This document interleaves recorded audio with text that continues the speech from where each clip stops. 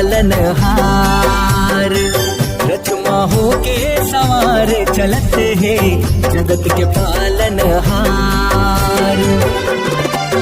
बलदाऊ संग बहन सुभद्रा, बलदाऊ संग बहनी सुभद्रा, पूजत है संसार। रथमा हो के सवार चलत है जगत के पालनहार, रथमा हो के सवार चलत है जगत के पालनहार।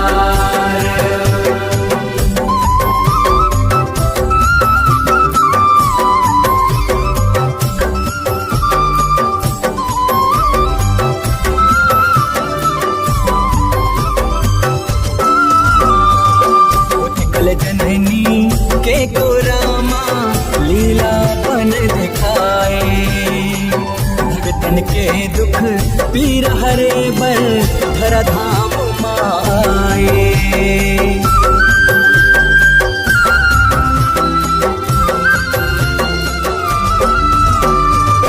समुंदर के शीतल लहरा चरण तोर धोआए, चंद सूरज तोला माथ नवाए, धर्म ध्वजा लहराए।